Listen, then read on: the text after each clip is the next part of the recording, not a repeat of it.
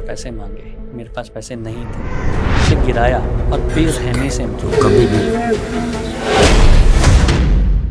6 साल के बच्चे, 7 साल के बच्चे, उनको प्लान्ड वे में ड्रग्स के जो रैकेट्स हैं वो टारगेट किया करते थे। हर तरफ वहाँ पर सिर्फ क्राइम ही क्राइम था। सबसे ऊपर स्वर्ग लोक, जहाँ देवता रहते हैं, उसके बाद धरती लोक, जहाँ इंसान रहते हैं, और सबसे नीचे पाताल लोक, जहाँ कीड़े रहते हैं।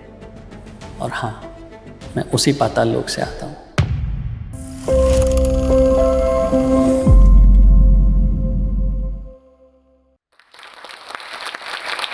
2 साल का था जब मेरे पेरेंट्स ने मुझे दिल्ली के सबसे अपराधग्रस्त स्लम में छोड़ दिया था। और जब छोड़ा था तो 3 दिन की नन्ही बहन मेरी लैब पर थी। वो दिन तो मुझे याद नहीं, क्योंकि 2 साल के बच्चे को क्या ही याद होता होगा। लेकिन वहाँ से शुरू हुई जर्नी और आज मुझे यहाँ तक पहुँचा देगी, मैंने सोचा नहीं था। 32 लाख से ज़्यादा महिलाओं को, बच्चों को मैं बेनिफिट दे पाऊँगा, उनकी ज़िंदगी में बदलाव ला पाऊँगा, ये सोचा नहीं था। 2 नेशनल अवार्ड भारत सरकार मुझे देगी, ये सोचा नहीं था। पद्मश्री के लिए नॉमिनेट होऊंगा, ये भी सोचा नहीं था। यूएन में जाकर के अपनी बात रख पाऊंगा जनरल असेंबली में, ये बिल्कुल नहीं सोचा था। और ये सोचा भी नहीं था कि वहाँ से जो मेरी लाइफ शुरू हुई है वो यहाँ तक मुझे लेकर के आ जाएगी।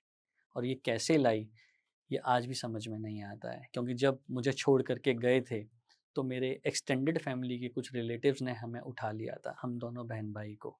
और हमें नहीं पता था कि हमारा क्या होगा, हमें पढ़ाई मिलेगी या नहीं मिलेगी, हमें खाना मिलेगा या नहीं मिलेगा, कपड़े मिलेंगे या नहीं मिलेंगे, ज़िंदा रहेंगे या नहीं रहेंगे, कुछ नहीं पता था।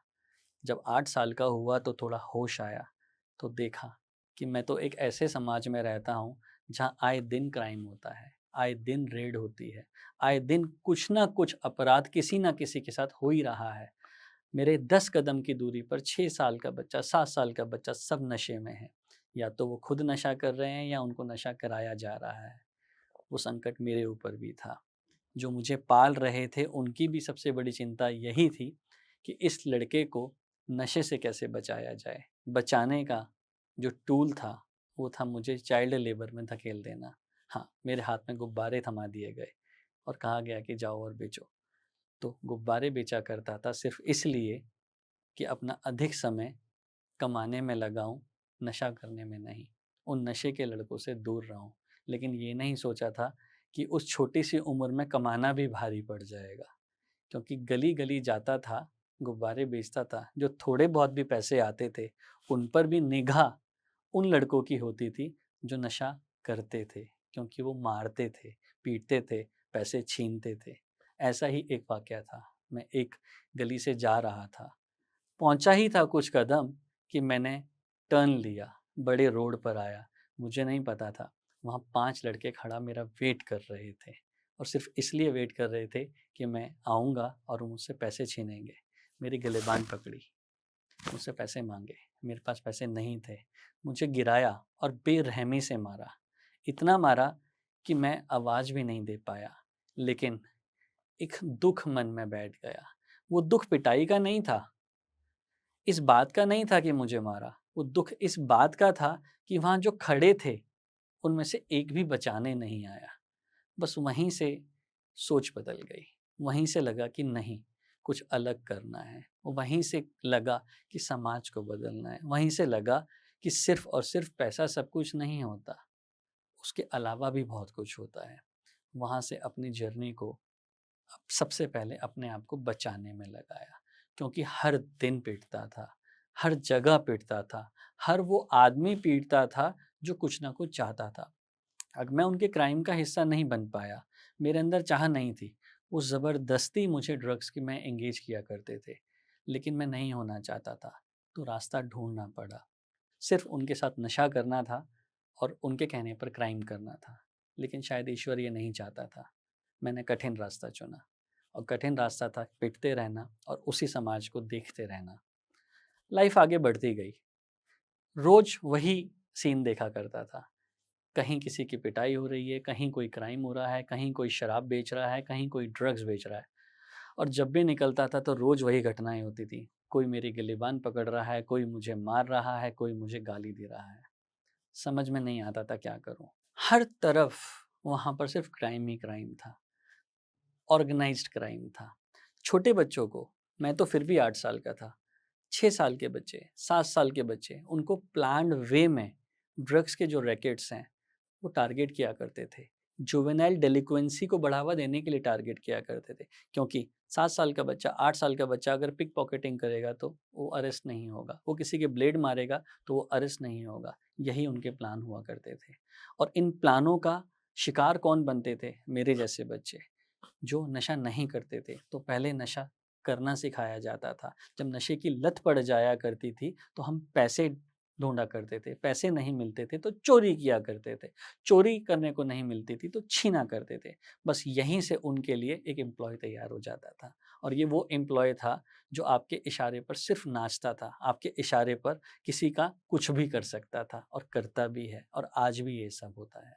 नशा अगर नहीं करूँ, उनके साथ नहीं जाऊँ, उनके गैंग में शामिल नहीं हूँ, तो ये अलग एक अपराध है। लेकिन एक दूसरा रास्ता चुना। वहीं पर पुलिस शाम को ऐसे लड़कों को इवनिंग आवर्स में कम्युनिटी पुलिसिंग के बहाने एंगेज करती थी स्पोर्ट्स में। मुझे लगा कि अगर मैं वहाँ जाऊँगा तो इन लड़कों से भी दोस्ती हो जाएगी जो मुझे मारते हैं और पुलिस से भी दोस्ती हो जाएगी जो मुझे बचा सकती है। मैंने शुरू किया। मैंने वहाँ जाकर के वॉलंटियरिंग शुरू करी। ग्राउंड साफ़ करना शुरू किया और वहीं से मेरी दोस्ती होने लगी। उन लड़कों से भी दोस्ती होने लगी जो मुझे मारा करते थे और पुलिस से भी दोस्ती होने लगी जिन्होंने फ्यूचर में मुझे बचाया। और वहीं से वॉलंटियरिंग मेरा पैशन बन गया क्योंकि वहाँ से मुझे प्यार मिलने लगा और मुझे वो जो प्यार मिला वो मैं आज तक नहीं भूलता क्योंकि मेरी ज़िंदगी का सबसे महत्वपूर्ण जो पल थे वो वही वॉलंटियरिंग के पल थे जिनको मैं आज भी जी रहा हूँ। हो सकता है विरासत में आपको कुछ ना मिले, लेकिन यदि आपके अंदर संयम है और समर्पण है, तो ये समाज आपको वो दे सकता है जिसकी आपने कल्पना भी ना की हो। ये मुझे मिला।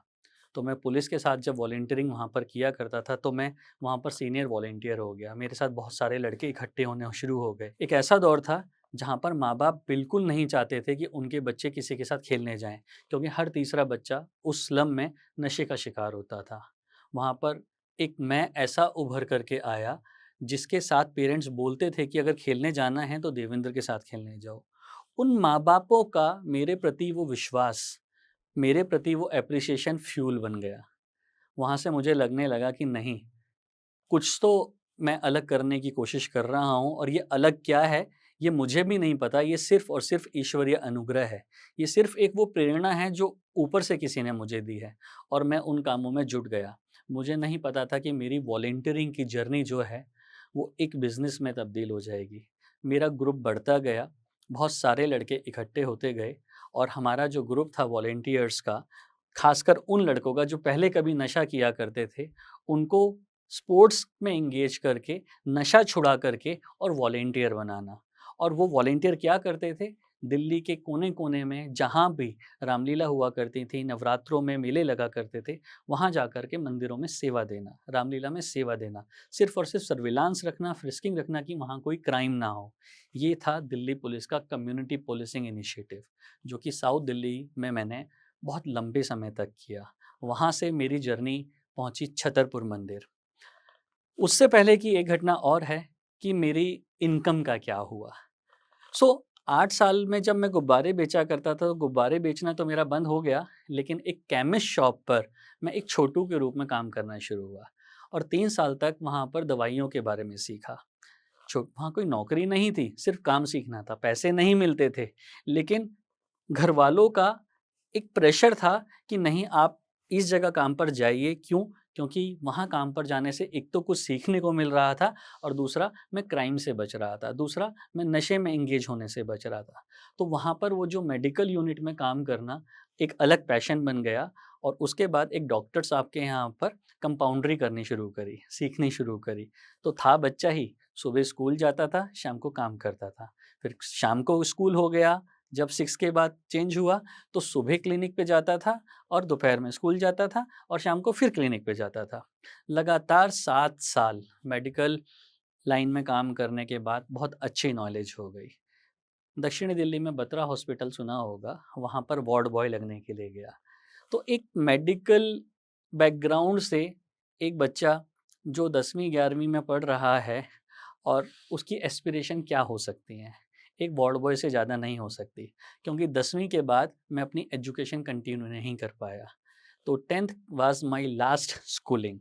11th में जब एडमिशन हुआ मेरा, तो मुझे साइंस मिली 10th पास करने के बाद। तो 11th की रेफ़रेंस बुक साइंस की खरीदने के लिए पैसे नहीं थे। कुंजी और गाइड खरीदने के लिए पैसे नहीं थे। ट्यूशन के लिए पैसे नहीं थे। तो स्कूल छोड़ना पड़ा। तो वो जब स्कूल छोड़ा तो फिर कुछ काम करना आता। तो NIOS national institute of open schooling में 12वीं क्लास में दाखिला लिया ओपन से पढ़ने के लिए और जॉब स्टार्ट करी। तो जॉब के लिए पहले बत्रा हॉस्पिटल इंटरव्यू देने गया कि मुझे वार्ड बॉय रख लिया जाए, बट मुझे नहीं रखा गया। मैं फिर किसी की सिफ़ारिश लगा कर के गया, बट मुझे नहीं रखा गया, बल्कि इंसल्ट करके भगा दिया गया। बट कहीं न कहीं ईश्वर इन चीज़ों को देख रहा था। But Ansal plaza shopper stop में मुझे सेल्स बॉय की जॉब मिल गई और 2800 रुपीज़ पर मंथ पर मेरी सैलरी शुरू हुई 2004 में। वहाँ से मेरी जर्नी शुरू हुई मेरी इनकम की। अब मेरे पास 2 पैसे आने लगे थे। वहाँ से मैंने कमाना शुरू किया। क्योंकि मैंने अपने काम को कभी नौकरी नहीं समझा, मालिक की तरह काम किया, इस वजह से मेरी परफ़ॉर्मेंस के बेस पर मुझे बहुत जल्दी प्रमोशन मिली। मैंने अपने सेल्स काउंटर पर सेल को डबल से ज़्यादा किया। उसका रिवॉर्ड मुझे मिला प्रमोशन के तौर पर, उसका रिवॉर्ड मुझे मिला सैलरी अप्रेज़ल के तौर पर और मेरी इनकम बहुत अच्छी होती चली गई। लेकिन मेरी वॉलंटियरिंग नहीं रुकी। अगर मैं सुबह ड्यूटी शेड्यूल में जॉब करता था, तो शाम को वॉलंटियरिंग करता था और इवनिंग ड्यूटी शेड्यूल होता था, तो सुबह वॉलंटियरिंग करता था। तो अपने उन लड़कों को मैंने नहीं छोड़ा, वो मेरी स्ट्रेंथ थे। वो फेलो जिनका मैंने नशा छुड़ाया था, जो कि लगभग संख्या 400 से ज़्यादा पहुँच गई थी, वो मेरी ताकत थे। 2007 में अपनी पहली एनजीओ बनाई जोश एक उमंग।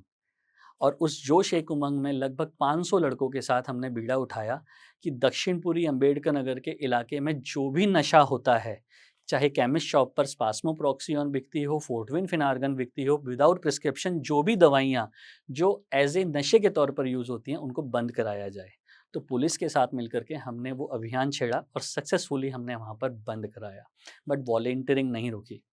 ईश्वर देख रहा था। 2006 में लॉन्ड्री फॉर शूज़ नाम से एक नया स्टार्टअप शुरू किया। जी हाँ, 2006 में स्टार्टअप शुरू किया और स्टार्टअप क्या था कि लोगों के घरों में जो महँगे जूते होते हैं, उनको लॉन्ड्री कैसे किया जाए। तो जो महँगे-महँगे लाखों रुपए के जूते होते हैं, वो मुझी के पास तो नहीं जा सकते। तो उनको अच्छे तरीके से क्लीन करके किस तरीके से रिप्रेज़ेंट किया जाए या मेंटेन्ड किया जाए, वो सेटअप मैंने लगाया। बहुत रिसर्च करी और रिसर्च के बाद जब मेरा सिस्टम लगा और उससे बहुत अच्छा फीडबैक मिला, बिज़नेस चल गया। एनडीटीवी जैसे चैनल्स ने मुझे शूट किया, इंडियन एक्सप्रेस जैसे अखबारों ने मुझे पेज 3 पर प्रिंट किया, ज़िंदगी बदल गई। अब लाखों रुपया आने लग गया। कभी नहीं सोचा था कि एक बच्चा जिसको 2 साल की उम्र में उसके माँ-बाप छोड़ गए और जो ₹250 की चाइल्ड लेबर से शुरू हुआ, वो आज लाखों रुपया कमाएगा। बट ईश्वर कुछ और चाहता था। तो थोड़ा-सा आगे बढ़ा, तो आगे बढ़ा तो थोड़ा-सा गर्व के साथ-साथ घमंड भी आ गया। और जी हाँ, जब घमंड आता है तो आप गिरते हैं। जब आपके पास ज़्यादा पैसा आता है और आपका मिसयूज़ करते हैं तो आप गिरते हैं। मैं गिरा। मेरी शू लॉन्ड्री बंद हो गई 2008 में और मैंने नहीं सोचा था कि मेरा इतना बड़ा ड्रॉबैक होगा। अब मेरे पास बिल्कुल पैसे नहीं बचे थे। बट क्योंकि मैं ज़मीन से आया था तो वापस से मैंने नौकरी करनी शुरू करी। वापस से मैं एज़ ए सेल्स मैनेजर उसी कंपनी में मैंने अप्लाई किया, मेरी जॉब लग गई। लेकिन अब जॉब करना अच्छा नहीं लगता था। क्योंकि 2 साल तक बहुत अच्छे पैसे कमाए थे, 2 साल तक एक बिज़नेस रन किया था, एक स्टार्टअप रन किया था। बट ईश्वर कुछ और चाहता था, शायद वो सबक मेरे लिए बड़ा था। मुझे नहीं पता था कि कैसे मैं आगे बढ़ूँगा, बट एक बहुत बड़ी चिंता मन में थी क्योंकि मेरी छोटी बहन भी थी, जिसको मेरी 3 दिन की जब वो थी तो मेरी गोद में मेरे माता-पिता छोड़ के गए थे। छठी क्लास के बाद वो स्कूल नहीं गई। वो एक बड़ा चैलेंज था। उसको चाइल्ड मैरिज से बचाना मेरे लिए बड़ा चैलेंज था। उसको सोशल एट्रोसिटीज़ से बचाना मेरे लिए बड़ा चैलेंज था। उसको एक सही घर में उसकी सही उम्र में शादी हो जाए, इसके लिए पैसे इकट्ठे करने थे। क्योंकि जिस समुदाय से मैं आता हूँ, वहाँ पर दहेज बहुत बड़ा संकट है। बिना दहेज के शादी नहीं होती थी, आज भी नहीं होती है, तो वो मैंने भी भुगता। 2009 में मेरी वॉलंटियरिंग रंग लाई। ईश्वर ने मेरी कंटिन्यूअस कंसिस्टेंसी के साथ की गई वॉलंटियरिंग का मुझे रिवॉर्ड दिया। बत्रा हॉस्पिटल में स्ट्राइक हुई। उस स्ट्राइक में मेरे वॉलंटियर्स को और मुझे बुलाया गया सेवा के लिए, क्योंकि पेरेंट सर्विस कोलैप्स कर गई थी और वहाँ पर उन पेरेंट्स को देखने वाला कोई नहीं था। जितना भी 4th क्लास का स्टाफ था, वो स्ट्राइक पे चला गया था। तो जो बत्रा हॉस्पिटल के ओनर थे, वो एज़ ए वॉलंटियर मुझे जानते थे, क्योंकि मैं छतरपुर मंदिर में अपनी सेवाएँ फ्री ऑफ कॉस्ट देता था और वो छतरपुर मंदिर के चेयरमैन थे और वही बत्रा हॉस्पिटल के मालिक भी थे। उन्होंने मुझे बुलाया, मैंने अपने वॉलंटियर्स के साथ जाकर के हॉस्पिटल में सेवा दी और जब हमने सेवा दी तो स्ट्राइक ख़त्म हो गई। शाम तक जब स्ट्राइक ख़त्म हो गई तो उन्होंने बुलाया और मुझे कुछ पैसे दिए। मैंने पैसे लेने से मना कर दिया, क्योंकि मैंने कहा कि सर, आपने सेवा के लिए बुलाया है, तो सेवा के पैसे नहीं लिए जा सकते। आपको अगर कुछ करना ही है तो मेरे लड़कों को जॉब दे दीजिए, क्योंकि इनको जॉब की बहुत ज़रूरत है और मैं गारंटी ले सकता हूँ कि अब ये नशा नहीं करते हैं, ये किसी क्राइम में नहीं है, ये बिल्कुल बदल चुके हैं। उन्होंने सोचा, उन्होंने बोला मैं थोड़े दिन बाद बुलाता हूँ। उन्होंने थोड़े दिन बाद मुझे बुलाया और उन्होंने पूछा कि मैं इस कॉन्ट्रैक्ट से बहुत परेशान आ चुका हूँ, आए दिन ये लोग स्ट्राइक करते हैं। क्या तुम कंपनी बना कर के ये कॉन्ट्रैक्ट चला सकते हो? क्योंकि तुम्हारे पास लड़के भी हैं, मैन पावर भी है। पता नहीं कौन-सी ऐसी ऊर्जा थी, एकदम से मेरे मुँह से हाँ निकल गया और उस हाँ के बाद मेरी ज़िंदगी बदल गई। मैंने कंपनी बनाई, रजिस्ट्रेशंस लिए और मुझे आज भी याद है कि मैं 326 लड़कों के साथ 26 जनवरी के दिन उस हॉस्पिटल में एज़ ए कॉन्ट्रैक्ट का ओनर एंटर कर रहा था, उसी हॉस्पिटल में, उसी कॉन्ट्रैक्ट का ओनर बन के, जिसमें 2003 में मुझे वार्ड बॉय नहीं रखा गया था। आज मैं उस कॉन्ट्रैक्ट का मालिक था और वही सुपरवाइज़र जिसने मुझे भगाया था, जॉब नहीं दी थी, उसका रिज़्यूम मेरे टेबल पे था जॉब के लिए। तो ये कोई तो शक्ति ऐसी थी, कोई तो जो विशियस सर्कल की हम बात करते हैं, वो यही एनर्जीज़ हैं, यही सिनर्जीज़ हैं कि यदि आपकी नीयत अच्छी है, आपकी इंटेंशन अच्छी है, तो आपको ज़रूर मिलता है और मेरे जीवन में ये हुआ और साक्षात हुआ और कई बार हुआ। आज अगर मैं खड़ा होकर के ये बात कह पा रहा हूँ, तो इसके पीछे सिर्फ़ और सिर्फ़ ईश्वरीय अनुग्रह है। अगर मैं ये कहूँ कि ये मैंने किया है, तो ये कहना गलत होगा, क्योंकि जितना सब कुछ हुआ और जिस तरीके से हुआ, वो मैं नहीं कर सकता था।